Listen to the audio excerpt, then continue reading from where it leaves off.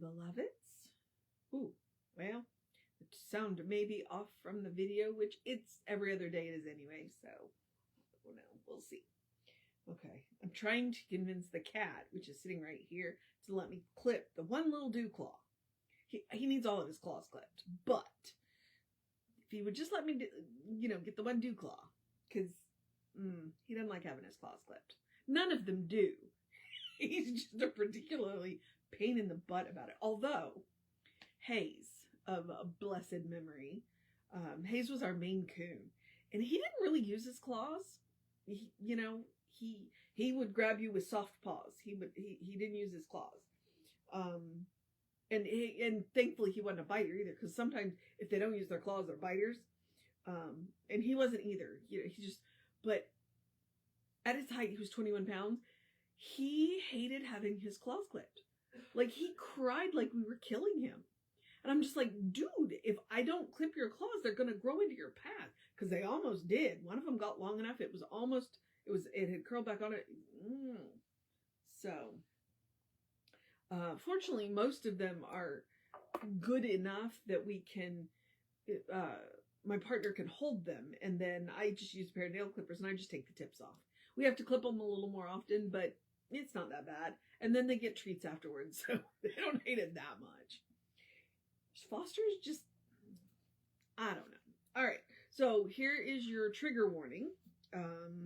The title today, obviously, I changed it because I, don't. But I suspect that this reading is based on, she has a quote from John 17:1. So her title was Father, the Hour Has Come. Obviously, I changed it to Spirit, the Hour Has Come. And I'm about to gender neutral the John 17:1. So you can always go read it in context and see.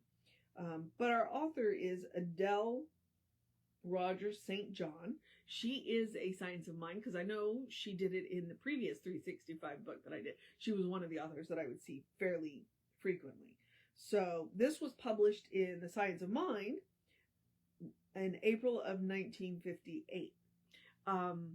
The archives had a project, and they did a whole lot of fundraising where they were digitizing all the old copies of the Science of Mind magazine. So this one may be one where you can go to the archives, and I think you have to pay a fee to look up but it'd be worth it. Then you can actually get this whole article if you're interested. So, Spirit, the hour has come. And the quote, she starts off with, Spirit, the hour has come. Glorify thy child, that thy child may glorify thee. John 17:1. Either we are immortal now, or we never can be.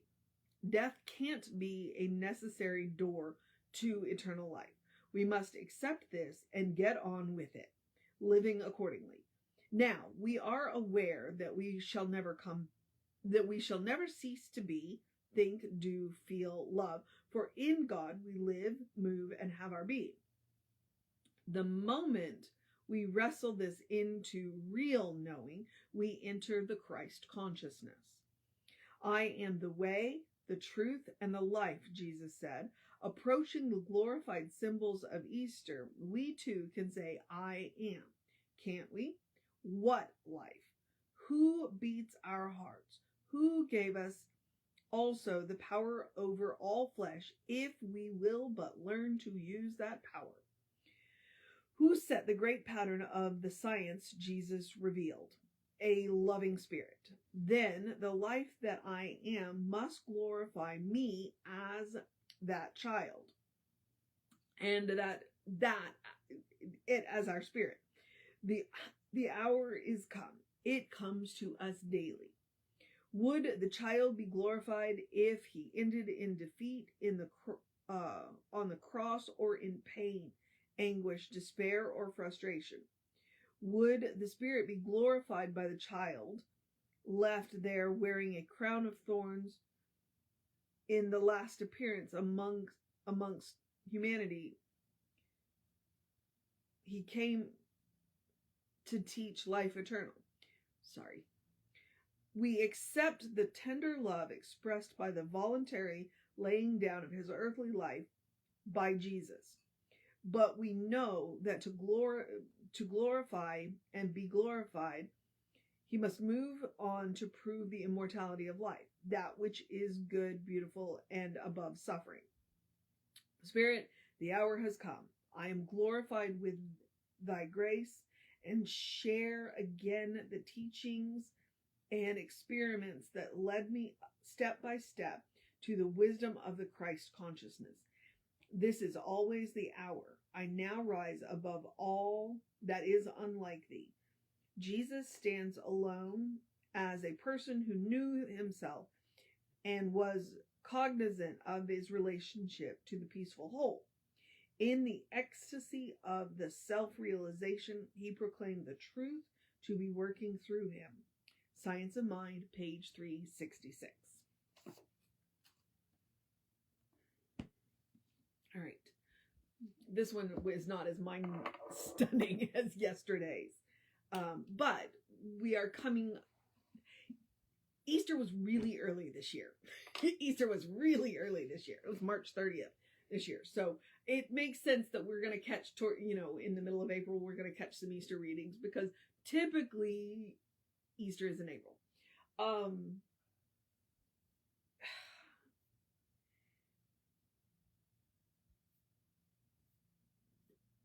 So you can go, here's my suggestion. If you're watching this on Facebook, go to the Creative Life YouTube channel and watch the Easter service. Okay? If you're watching this on YouTube, because you're watching this on the Running Rev Ryan YouTube channel, then go to the Creative Life Spiritual Center YouTube channel, or I'll throw a link in the comments. I will try and remember to do that. So that you can see the Easter service. It's a New Thought Easter service because we have a different idea. One of the things that makes me absolutely crazy about Christianity is he died for our sins. Nope. I don't believe that at all. I don't believe that at all. I believe that Jesus came as a teacher to teach us about love. That was his whole, and he got all up in organized religion's face a lot. In the end, that is what cost him his life. Because he was making too many religious and political waves, and so they eliminated him. At which point Jesus went, ha, joke's on you. Yes, you can take away my material body, but you cannot take away my life. So that's one of those incredible things. What we want to do with Jesus is go back and look at how he lived his life. We want to follow his footsteps. What was it that he did? He fed the hungry. He healed the sick. He comforted the grieving. He hung out with all of the wrong people. He hung out with the people that needed him. The religious elite didn't need him, and more to the point, didn't want him because they had it good, and he was in here going, well, you know what? You're forgetting about all these people over here, and we need to take care of them too. So, if the hour has come, let the Spirit be glorified by the child, then we are to live our lives in such a way that we bear out his teaching, which was love. To love without thought of whether or not they are worthy. Okay? That's Thomas Merton, I believe. Because it's not our business. It's none of our business whether they are worthy of love or not. That's between them and God. But it is the very act of love that makes us worthy. So when I hear people talking about how Jesus died for our sins and they're focused on his death, and I'm like, you missed the whole freaking message. His life was the message. All his death was a reminder that when religion and politics get together, bad things happen. And like I said, you know, he was like, you can take away my material body, but you cannot take away my life. And that's the other part of the Easter message. This part of us is temporary. It was always meant to be temporary. We are here for a season to learn. And then we shed this temporary and go on and do something else. That, you know, that's the only message that his death had, you know.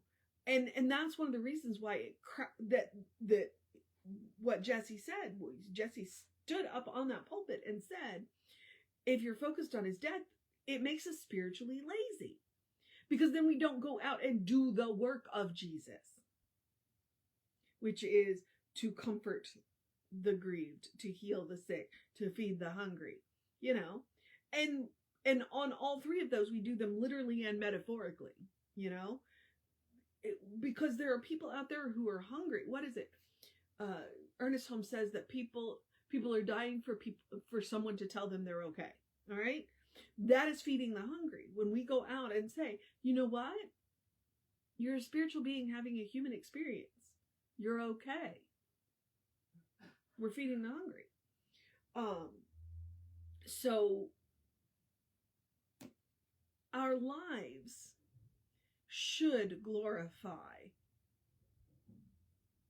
whatever word you want to use. Our lives should glorify the divine, because they should be lived in love. And normally I don't should on people, because you know, our lives should be lived like that.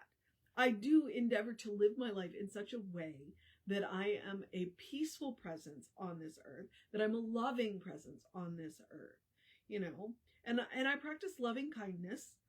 I'm kind. I'm not always nice, but I'm kind, because occasionally people need to be told the truth. It happens.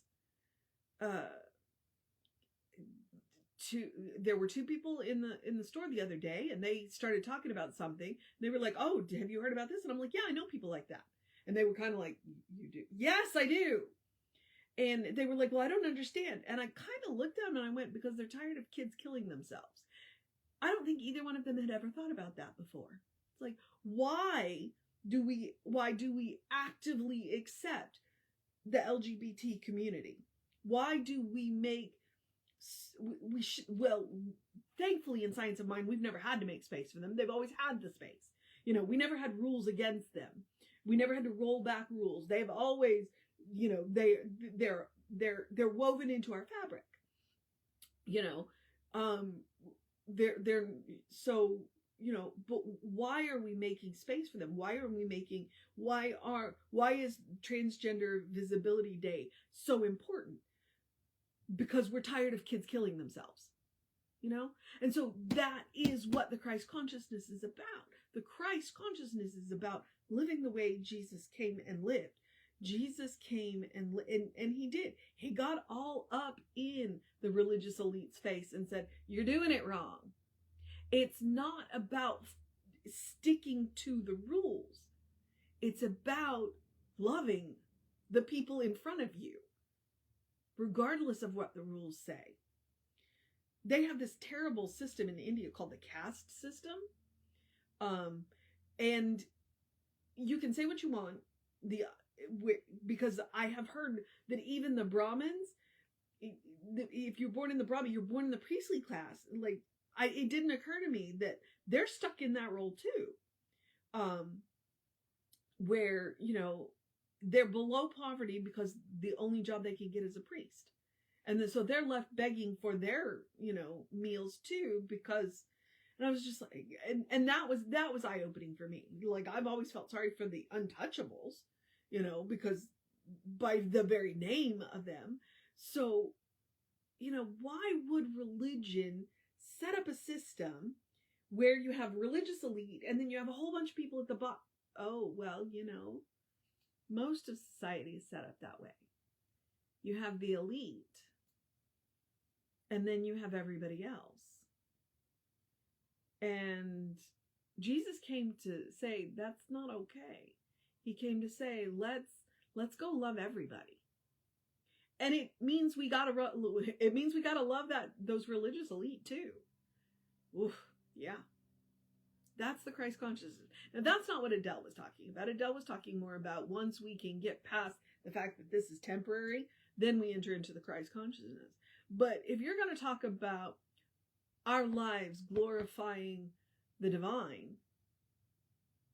by God, then what we need to do is do what Jesus came here to teach us.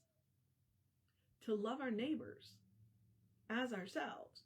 And honestly, one of the things we need to do is learn to do a better job of loving ourselves too.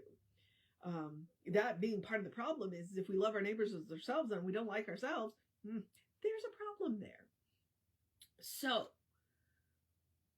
if you want your life to glorify the divine, what better way to do it than to be a loving, kind presence? And it doesn't mean you won't do the hard things, and it doesn't mean you won't say the hard things. You will just do it in a compassionate manner.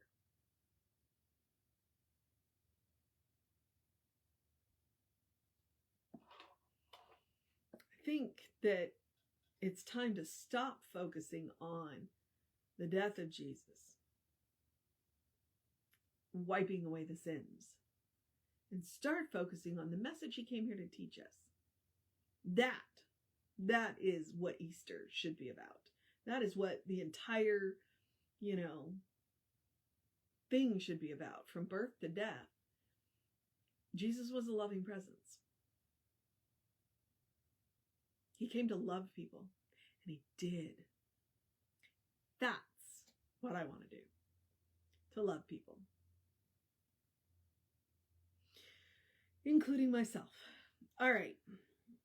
I did not do justice to Adele's Rogers St. John. I commend her reading to you. It's a good one. Clearly, I had something else on my mind today. And so that's what it is. The mission today, should we choose to accept it, is to practice loving kindness on ourselves and others. To love our neighbors as ourselves and to love ourselves. I mean, what more glory could you give the divine than to honor the gift that the divine gave you in this season, this body? I like to say, explore the truth of your being, get to know the person the divine knows you to be, because the person the divine knows you to be is good. Start there. Start there. And from there, go forward into the amazingness that life can be.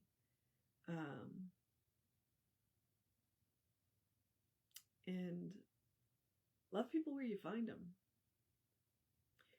And let people be who they are while holding space for them to remember that they're beloved expressions of the divine. If Ernest Holmes is right, if people are dying for somebody to tell them that they're okay, be that person. Be that person. Tell somebody that they're okay. All right, beloveds. I'm going to move forward into my day, so I'm going to remind you the other mission that I give you, which is the spiritual practice of self-care. To do something loving for yourself, do something kind for yourself, do something compassionate for yourself. If we live a life of service, and let's be honest, we do, we cannot pour from an empty cup. So you must take care of yourself first. Okay? And make sure you keep your cup pretty topped off. You don't want it completely full because you want there to be room to pour new stuff in, but make sure you're not drawing, plug in to the infinite source, to that infinite well. That's the amazing thing about love is the more you give away, the more it grows. The more you give away, the more it grows. A sorrow shared is halved. A love shared is doubled. Bear that in mind. All right? Bear that in mind. So, there is that. So, practice love, kindness, compassion on yourself. You know me, I'm a big believer in practicing the pause. I like to take a walk, take a nap, take a break. So, I also want to remind you to eat dessert first and to make room for joy. No matter what is going on in the world, you still deserve joy. So please do that. Okay, basic housekeeping is that we are Creative Life Spiritual Center, Creative Life Spark. I'm the running Rev Ryan on the social medias that I am on. We try and post light, bright, funny, uplifting, helpful. So be on the lookout for that. And please like and share and subscribe and follow and comment. I've learned recently that apparently the algorithms like 5 words or more in the comments. So so there's that. I don't know if it's true or not, but you know, if it is, it's worth it. So, and maybe 5 words, you know, put 5 emojis in. That's up to you. All right, beloveds. I don't know what I was about to say. Oh, if you want to know what's going on with the center, please email info@creativelife.org. That will get you on the constant contact. So you'll know what's going on with the center. The hot links are hot. And I think he's got links in there to the social medias too. So if you need some help, feel free to do that. All right. I guess I'm at the part where I get to encourage you to have a great day, a wondrous day, a fantastic day, a magical day, an enchanted day, a wonderful day, an awesome day, an amazing day. And all of the adjectives for the other rest of the kind of days that you could have just went right out of my head. I don't even know what day of the week it is. I think it's Thursday. This week's been slightly discombobulating. So have a recombobulating day, a get stuff done day, a get ready for the weekend day, a wrap some tasks up day, a be kind to yourself day, a tell somebody they're okay day, a good day. And if that is too much pressure, simply have a day. You are enough just as you are. You are a beloved expression of the divine. You are a brilliant light, a divine spark. You are spirit in motion. You are God in action. Or as Reverend Jesse likes to call us, you are a godling. All right? Know the truth of your being. Forget what everybody else has told you. Get to know who the divine knows you to be. It's pretty important. All right, beloveds. Reverend David should be on around 5 p.m. with you. I will be back with you around 9 a.m. tomorrow. Take care of yourself. Know that you are loved, and I will see you next time.